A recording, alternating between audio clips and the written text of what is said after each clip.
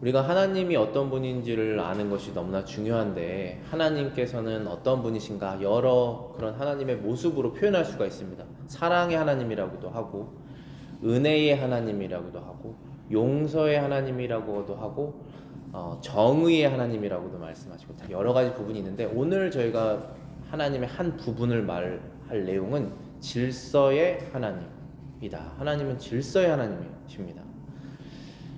성경에 보시면은 성경 처음에 있는 책이 뭐죠? 창세기죠. 창세기 딱 피시면은 거기에 뭐라고 나와 있어요? 하나님께서 천지를 창조하시느니라. God created heaven and earth in the beginning 이라고 써 있죠.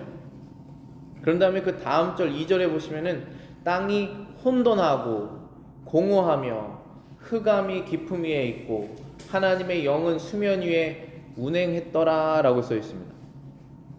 그러니까 하나님께서 세상을 창조하셨을 때 그 땅의 모습은 어땠나 하면 혼돈하고 공허했다 라고 되어 있습니다. 영어로는 The earth was without form and void 라고 되어 있어요. 근데 여기에서 혼돈하다 라고 하는 단어가 confuse, 모든 것이 섞여 있는, 그리고 useless, 필요 없는, worthless, 가치 없는, 텅 빈, empty의 모습이었다는 거예요. 그런데 하나님께서 그것을 원하시지 않았습니다. 그래서 하나님께서 하신 일이 뭐였죠? 빛이 있으라 해서 빛을 더하셨습니다. 우리가 하나님께서 이 세상을 만드실 때 주신 그 빛을 통해서 세상의 정리가 시작이 되는 거예요. 여러분과 저의 마음속에 하나님의 빛이 들어오기 전에 모습은 confusion, 모든 것이 혼란스럽습니다. 내가 여기 왜 살고 있는지, 나는 어디로 가고 있는지, confusion, useless, 필요 없습니다. empty, 비어 있습니다. 늘 채워도 채워지지 않습니다. 먹어도 배부르지가 않고, 뭐를 가져도 더 갖고 싶고, 어디를 가도 또 가고 싶고, 만족이 없습니다. 그러한 상태에서 우리 마음 가운데 하나님을 아는 빛을 주셔서 우리를 질서를 잡으시는 것이죠. 구원의 길로 인도하시는 것입니다. 창세기 1장 14절에 보시면은 하나님이 이르시되 하늘의 궁창에 광명체들이 있어 낮과 밤을 나누게 하고 그것들로 징조와 계절과 날과 해를 이루게 하라 하였습니다. 세상을 하나님께서 창조하셨을 때 그 네 번째 날에 이것들을 만드셨죠. 첫 번째 날에는 빛을 만드셨고 그 다음에 네 번째 날에 이제 해를 만드신 거예요. 그래서 해랑 빛은 다른 것이죠. 이 빛이라는 것은 첫 번째 날을 만드셨는데 네 번째 날에 이제 해와 달과 별들을 만드셨습니다. 그리고 그것들을 만드신 다음에 계절과 날과 해를 이루게 해라 라고 했습니다. 우리가 지금 보내고 있는 낮과 밤 정해져 있죠. 이 정해져 있는 것이 얼마나 우리에게 안정감을 주는지 봅니다. 좀 있으면 밤이 오겠지. 일이 끝나겠지. 잠을 자겠지. 잠을 자고 내일은 해가 뜨겠지. 그거 하나님께서 다 정하신 거잖아요. 내일이 해가 안 뜬다면 얼마나 두렵습니까? 사계절이 있잖아요. 여름이 지나면 가을이 오겠지. 가을이 지나면 이제 겨울이 오겠지. 겨울이 지나면 봄이 오겠지. 그거 다 우리가 정할 수 있는 것입니까? 하나님이 다 정하신 것이죠. 달과 해를 통해서, 별들을 통해서, 좀 더 깊이 말하면 지구를 통해서, 달을 통해서, 중력을 통해서 모든 것들을 다 만드셨죠. 그래서 하나님께서 질서의 하나님이세요. 모든 것이 다 질서가 되어 있습니다. 우리 아이들이 학교에서 여러 가지를 배우지만 이 지식을 배우지만 사실 제일 지식과 함께 또 중요하게 배우는 것이 자기 질서를 잡아가는 거예요. 선생님의 말씀에 순종하는 법을 배우고 부모님의 말씀에 순종하는 법을 배우고 이러한 곳에서는 이러한 행동을 해야 되는구나, 저러한 곳에서는 저러한 행동을 해야 되는구나, 이런 거를 이렇게 배우는 거잖아요. 그렇게 하나님께서 질서를 잡으십니다. 또 하나님께서 질서를 잡기를 원하시는 것이 모든 영역인데 하나님께서 그 눈동자처럼 지켜보시는 것이 있죠. 그 교회예요. 하나님께서 교회를 질서 있게 다스리시기를 원합니다. 구약 성경에서는 이스라엘 백성이 하나님의 백성이었죠. 하나님께서 눈동자처럼 이스라엘 백성을 보시는 거예요. 보살피시고 다스리시고. 근데 구약 신약 성경에서는 하나님의 교회를 보시고 다스리십니다. 교회를 어떻게 질서 있게 다스리게 하셨냐 하면 오늘 총회와 그런 노회 그런 것도 있죠. 그런 걸 통해서 또 다스리십니다. 먼저 고린도전서 14장 40절에 제가 설교 노트에 적어놨는데 보시면 이렇게 써 있습니다. 모든 것을 품위 있게 하고 질서 있게 해라. 하나님께서 명령하신 거예요. 교회를 너희들이 운영하고 다스릴 때 모든 것을 품위 있게 하고 질서 있게 해라. 근데 여기 품위 있게 하라고 하는 요즘 그 버전 말고 예전에 제 성경에서는 적당히 하라고 하는 말이 있어요. 영어로는 decently라고 되어 있는데 품위 있게 하면 뭔가 좀 formal하고 뭐 멋있게 폼나게 하고 그런 뜻이처럼 들릴 때가 있어서 저는 그 말보다는 적당히 하라는 표현이 더 우리말로 번역이 더 잘 된 게 아닌가 싶은데 모든 것을 적당히 하고 질서 있게 하라라는 것입니다. 그러니까 과하지 않게 하고 모자르지도 않게 하고 하나님께서 원하시는 만큼 질서 있게 하여라. 저와 여러분들의 인생도 마찬가지죠. 우리가 그리스도인이 됐을 때 뭐 돈이 많으신 분도 있고 돈이 적은 분도 있고 시간이 많은 사람도 있고 시간이 적은 사람도 있을 거예요. 결국은 우리가 삶을 살 때 이 재물과 물질과 시간이거든요. 쓰는 게. 그런데 그것이 많다고 해서 내 마음대로 쓰는 것이 적당하지가 않은 것이죠. 시간이 많아서 아무렇게나 쓰는 것도 적당하지 않은 것이고 재물이 많다고 해서 아무렇게나 쓰는 것도 적당하지 않은 것이에요. 교회도 마찬가지예요.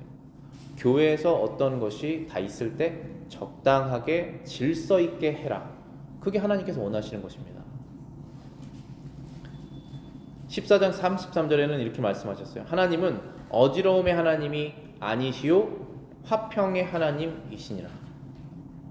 여기 영어 표현 보시면은 이렇게 써 있습니다.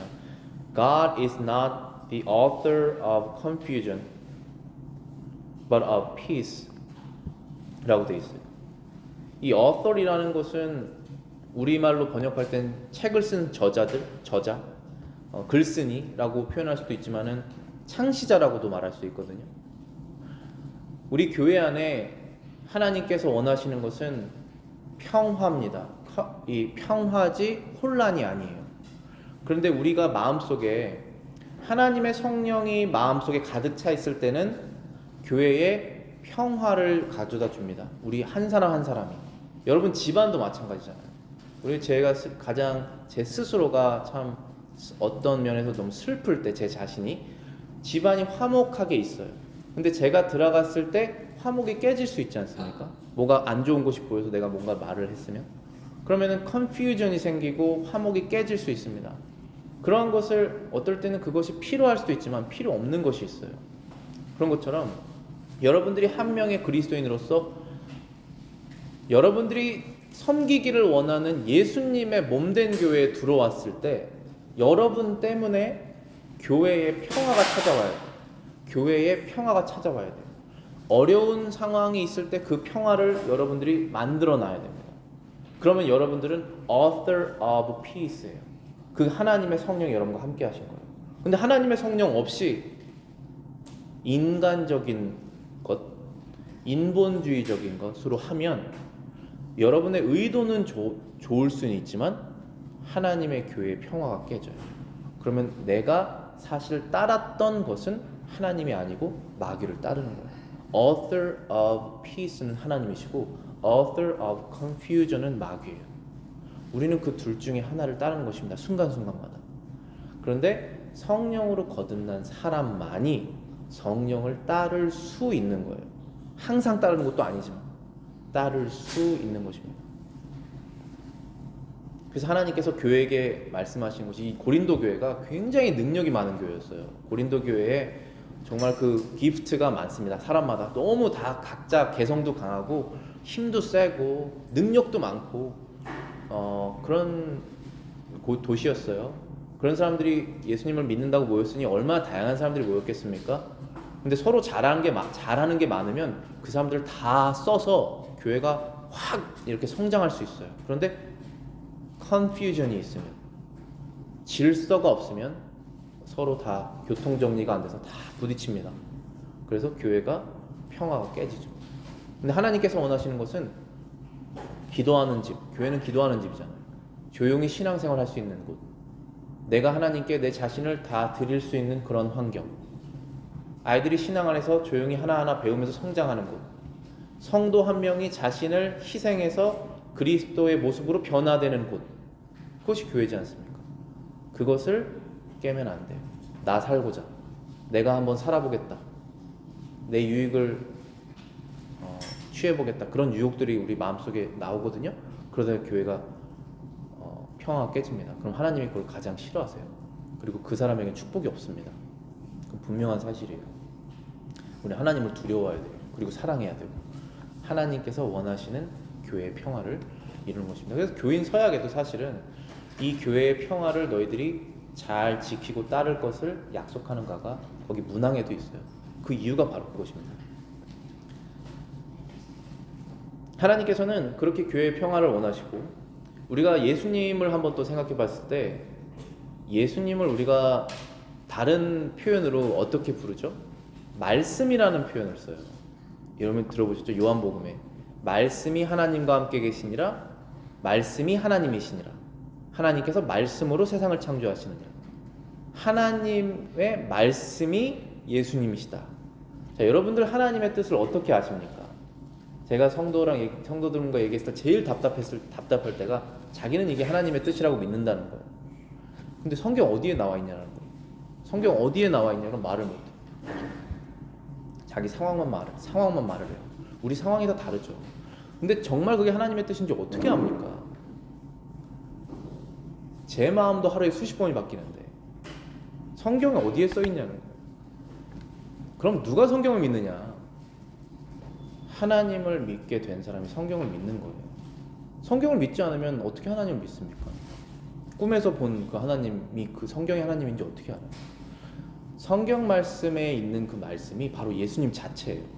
우리가 예수님을 따른다는 것은 그분의 말씀을 믿는다는 것인데, 신약 성경에서 예수님이 하신 그 성경에 빨간 줄로 그려 있는 그 말만 믿는다는 것이 아니라 성경 전체를 믿는다는 뜻입니다. 창세기 1장 1절부터 하나님이 태초에 세상을 창조하시느니라. 이거 안 믿는데 어떻게 그리스도인이 될 수 있습니까? 그걸 믿어야지 시작이 되는 것이잖아요. 마지막에 이 땅이 다 없어지고 새 하늘과 새 땅이 올 것이다. 그리스도와 함께 죽으신 그리스도께서 부활하셨고 천국에 있으시다가 다시 오실 것이다. 이것 안 믿으면서 어떻게 그리스도인으로서 신앙생활 할 수 있습니까? 그 믿음은 신비한 거예요. 머리 좋은 사람만 믿게 되는 것이 아닙니다. 뭘 좀 더 배우면 믿게 될 것 같습니까? 얼마나 우리보다 똑똑한 사람이 무신론자로서 하나님이 없는 과학 논문들을 많이 씁니까?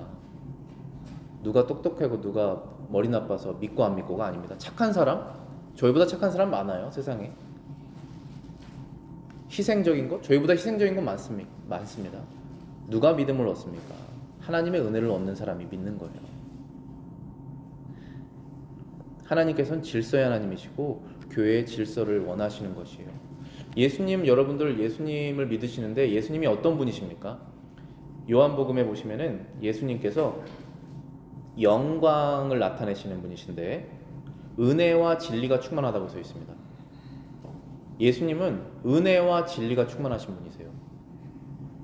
예수님은 모든 걸 다 용서하실 수 있는 분이십니다. 저와 여러분들은 죽어도 용서하지 못해요. 어떤 사람 싫어하면. 그러나 예수님은 우리를 용서하세요. 그래서 우리도 우리의 원수를 용서하는 것입니다. 그런데 용서만 하시는 분이 아니세요. 예수님은 진리가 충만하세요. 저와 여러분들은 거짓이 스며듭니다. 진리를 말하면서도 나를 감춰요. 그거 거짓입니다. 근데 예수님께서는 절대로 타협할 수 없는 진리가 확실하게 충만하신 분이세요. 그러면서도 은혜가 충만하신 분입니다. 그러한 하나님께서 교회의 질서를 원하시는 것입니다. 자, 그러면 교회 질서가 있으려면 어떻게 있어야 될까 했을 때 우리가 지난주 신앙고백에서 7일을 배웠어요. 그래서 교회 목사와 교회 장로들이 모여서 교회에서 일어나는 그 개교회에서 일어나는 일을 마치 이제 리더로서 그것을 해결하는 거예요. 아버지처럼 어머니처럼 그걸 해결하는 것인데 이 개교회 이 개교회 하나하나가 독립적이면 안 돼요. 그러니까 혼자서 신앙생활 못하죠.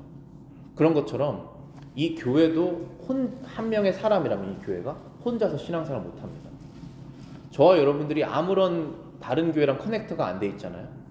우리가 너무 복된 게 바로 위에 있는 교회랑 커넥트가 돼 있잖아요.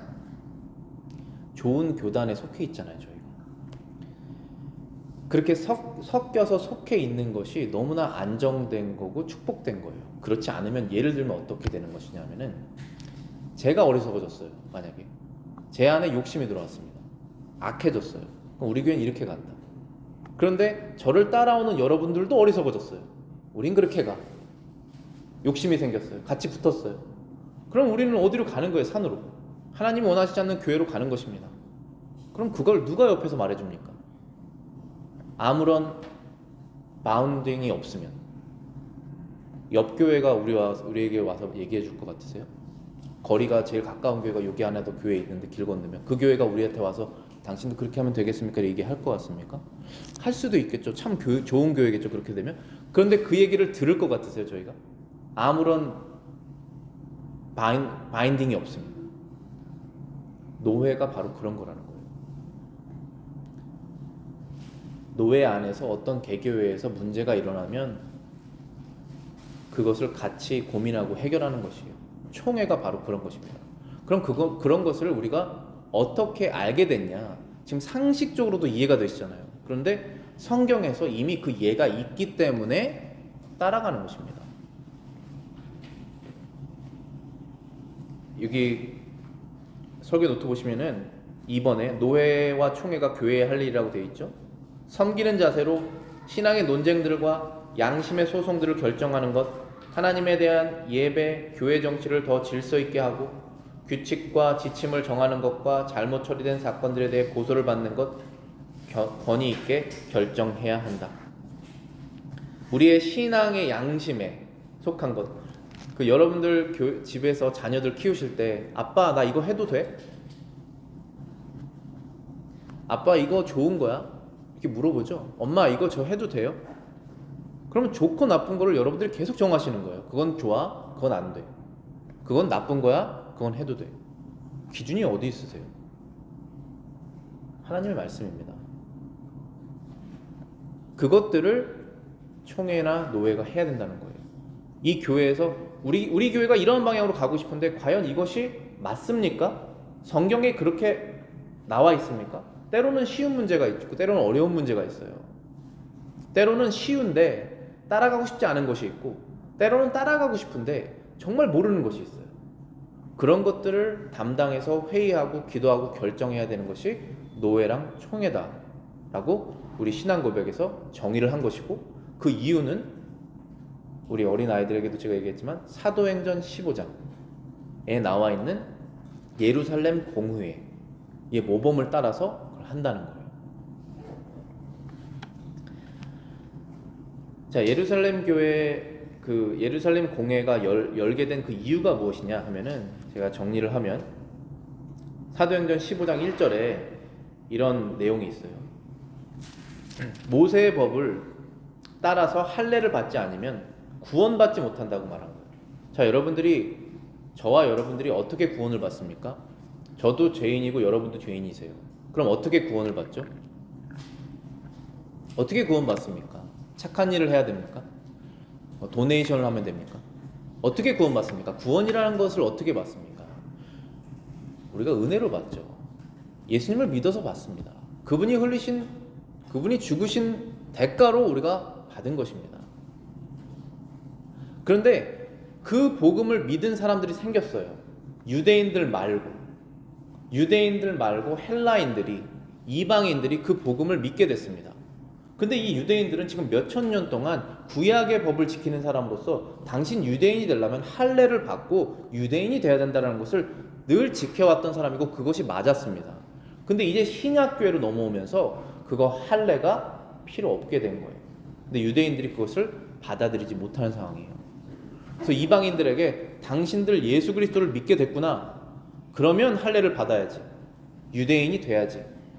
라고 얘기를 하게 된 것입니다. 이 교회의 신앙의 양심 문제가 이슈로 나온 거예요.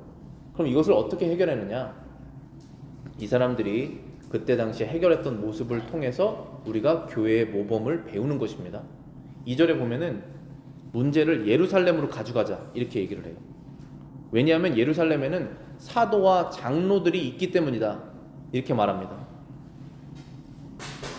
그리고 난 다음에 실제로 보냅니다. 누구를 보내냐면은 바울과 바나바가 그 중에 몇 사람을 예루살렘에 있는 교회로 보냅니다.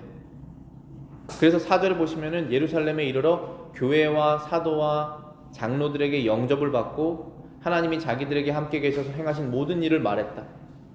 이 이방 지역에서 안디옥이죠. 이방 지역에서 일어났던 그 이방인들이 예수님을 믿는 사건이 있었다. 이런 사건이 실제로 일어났었다. 이방인들도 이제 하나님의 교회에 들어온다는 사실을 이제 다 보고를 했어요. 그랬더니 정말 신기한 일이구나. 정말 그렇게 예수를 믿는 사람이 유대인들 말고도 일어날 수 있구나 라고 전해 듣게 되는 상황입니다. 그런데 그 사람들도 할례를 받아야 되는 것입니까? 할례를 받지 않아도 되는 것입니까? 라는 그 문제를 이제 예루살렘에 있는 누구와 얘기를 합니까? 사도와 장로들과 이야기했다 라고 되어 있습니다. 여기에서 아주 중요한 포인트가 뭐냐면은 여러분들 이 사도가 예수님과 함께 생활했던 사람들이에요. 이 사도들이 성경을 쓴 사람들입니다. 그리고 저희들은 이 성경 말씀을 보고 이건 하나님 말씀이다라고 믿는 사람들이에요. 그런데 그러면 그 사도들이 자기들끼리 모여서 하나님께 직접 영감을 받아서 그건 그겁니다라고 그냥 말을 하면 될 수 있죠. 근데 하나님께서는 그렇게 교회 문제를 해결하기를 원하시지 않으셨어요. 어떻게 해결하기를 원하셨냐면은 공의회, 이 카운슬을 열어서 회의를 해서 결정을 하고 기도를 하고 그 다음에 그 결정문을 교회들이 따르게 하기를 원하셨다는 것이에요. 왜냐 하면 이 사도들은 이제 곧 죽어요. 사도들은 다 없어집니다. 이게 지금 언제적 일어난 일인지 기억하시잖아요. 2000년 전에 일어난 일이잖아요. 그리고 그때부터 계속 교회가 생깁니다. 저와 여러분 같은 교회, 예수님을 믿게 된 사람들이 모임이 생겨요. 그럼 여기에서 신앙에 대한 컨트로버시가 나왔을 때 어떻게 해결해야 된다는 사실을 미리 보여주신 것이에요. 목사와 장로들이 모여서 회의를 하여서 결정을 하고 그것을 교회가 순종하도록 하는 것입니다. 12절에 보시면은 6절부터 보겠습니다. 6절에 이제 사도와 장로들이 이 일을 의논하러 모였다 라고 그랬죠. 그 다음에 이제 베드로가 얘기를 해요. 베드로가 뭐라고 얘기하냐면은 우리도 은혜로 구원을 받았고 이방인들도 은혜로 구원을 받았는데 왜 너희들이 이방인들에게 할례를 행하느냐? 모세의 율법을 우리 조상도 따르지 못했는데 어떻게 그것을 그 무거운 짐을 이방인들에게 따르게 하게 하느냐? 그래서 그 변론을 하게 되죠. 그리고 바나바와 바울이 12절에 보면은 온 무리가 가만히 있어 바나바와 바울이 하나님이 자기들로 말미암아 이방인 중에서 행하신 표적과 기사를 고하는 것을 들었다. 바나바와 바울이 이방인 지역에서 예수님을 전했더니 그 예수님을 믿는 사람들이 생겨났다는 사실을 예루살렘에 있는 사람들한테 얘기를 했더니 너무 놀라는 거예요. 그러니까 이런 것입니다. 제가 노회를 가서 보고를 해요. 그리고 다 각 교회에 있는 교회의 목사님들, 장로님들이 보고를 합니다. 우리 6개월 동안 이런 일이 있었어요. 안 믿는 사람이 예수님을 믿었습니다. 교회를 떠났던 사람이 교회를 돌아왔습니다. 아이들이 신앙을 받아서 성장하고 있습니다. 누가 세례를 받았습니다.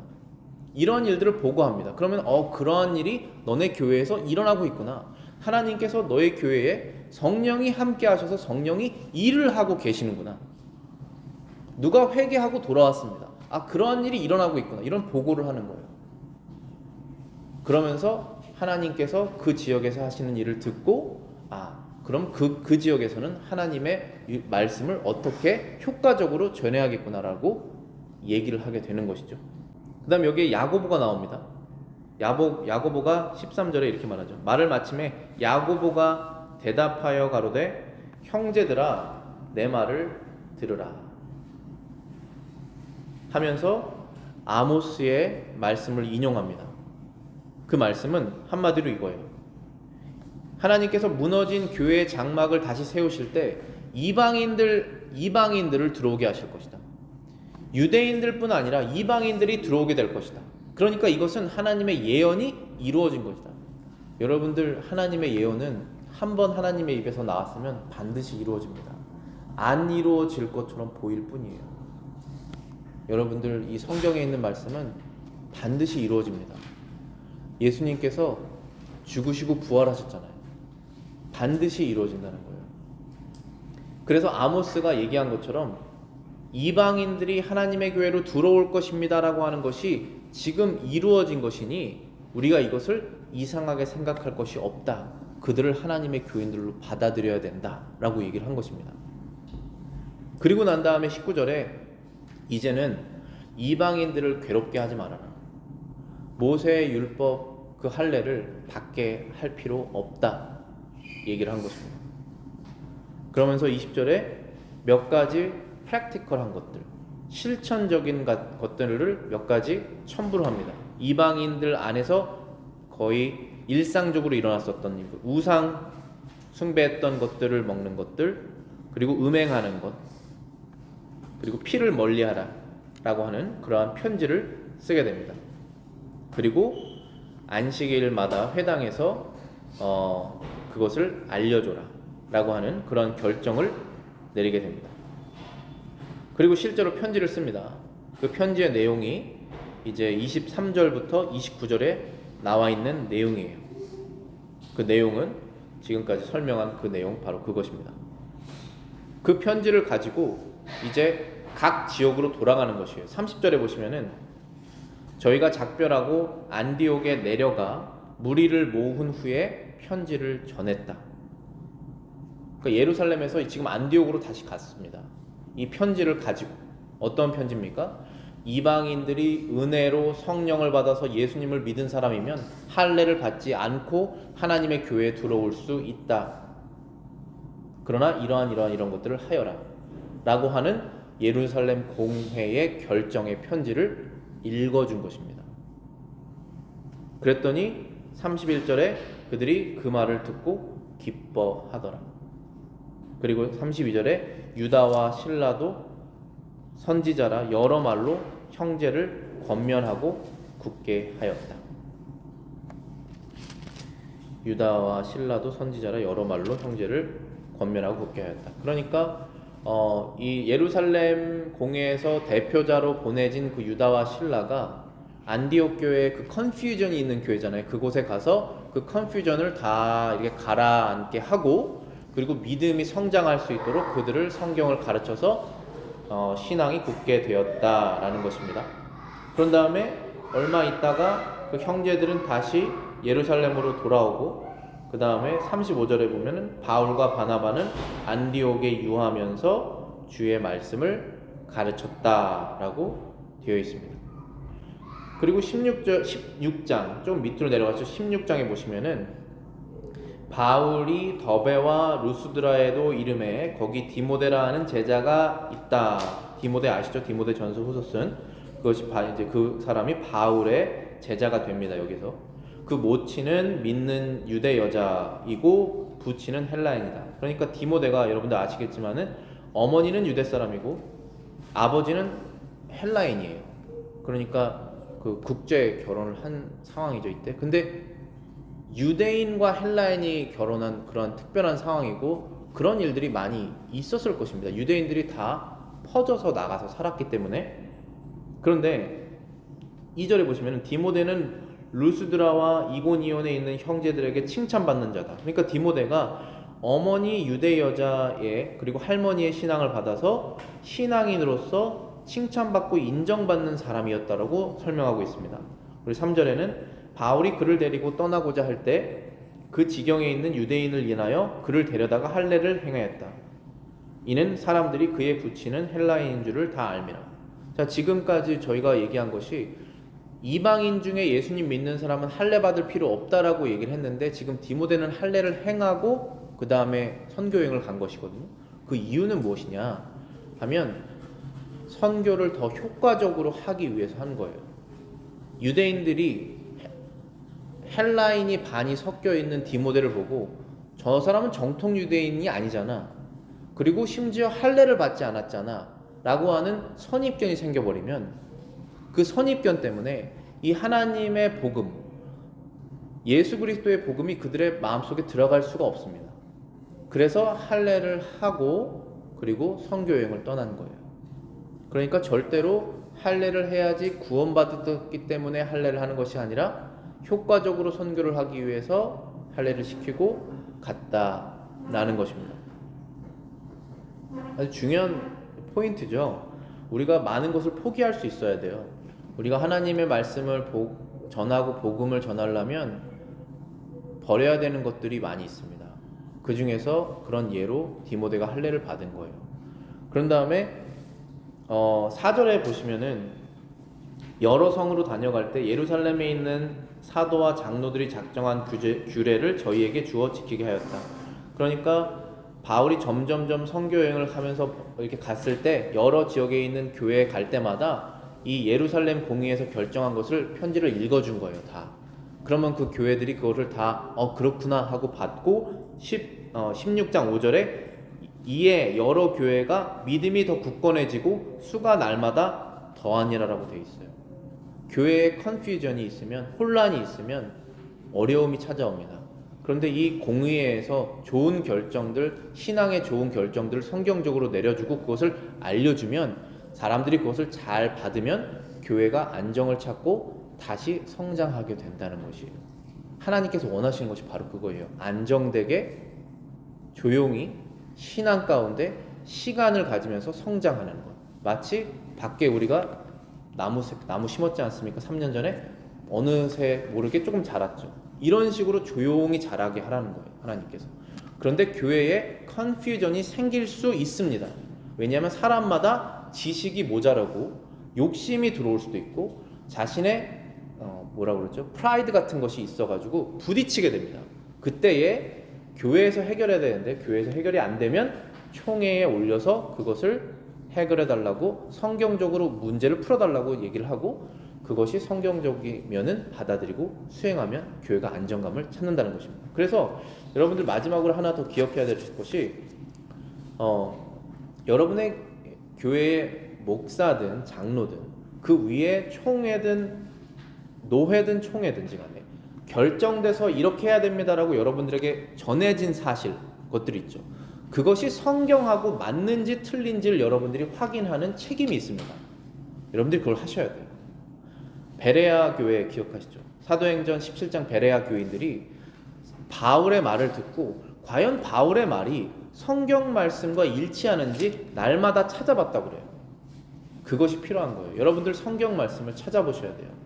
그래서 이것이 성경 말씀이면 그것을 받아들이고 따르셔야 돼요. 그래야지 여러분의 신앙이 성장합니다. 그렇지 않으면 성장하지 않아요. 그런데 관심이 있으셔야 된다는 거예요. 제가 하는 말이 과연 성경과 일치하는지, 노회에서 결정한 것이 과연 동성결혼이 하나님께서 원하시지 않는 것인지, 과연 교회에서 리더십이 남자가 돼야 되고 여자가 되는 것이 옳지 않은지, 과연 성경이 말하고 있는 것이 맞은지 찾아보셔야 된다는 거예요. 그리고 맞으면 따르셔야 됩니다. 에베소서 20장 여기 설교 노트 제일 마지막에 있습니다. 너희는 사도들과 선지자들의 터 위에 세우심을 입은 자라 그리스도께서 친히 모퉁이 돌이 되셨느니라. 이건 성경 말씀이란 뜻이에요. 교회는 성경 말씀에 세워집니다. 그리고 예수님이 말씀 그 자체예요.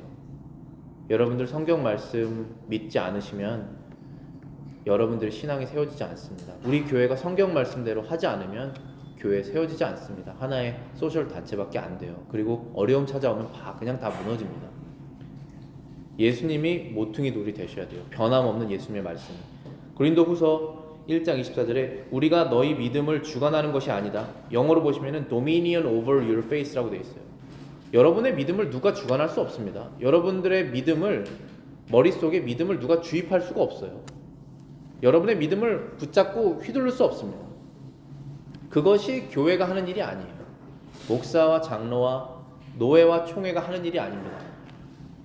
우리는 서로를 섬기는 거예요. 하나님의 말씀을 섬기는 자세로 가르치는 겁니다. 하나님의 말씀을 섬기는 자세로 알려주는 겁니다. 그거를 받아들일 수 있기를 바라는 마음에서. 그리고 받아들이게 되는 것은 성령이 하시는 일이에요. 우리 기도하겠습니다.